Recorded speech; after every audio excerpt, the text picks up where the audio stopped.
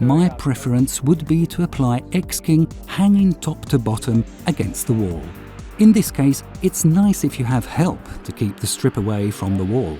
Make sure that you stick the strip in the right direction, i.e. with your markings upwards.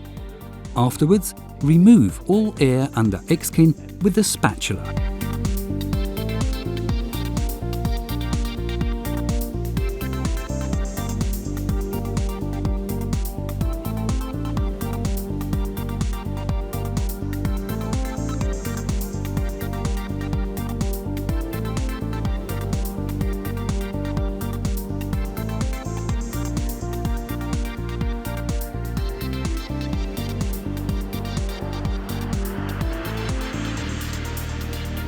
I passed a plastic spatula from top to bottom to remove any bubbles there may be.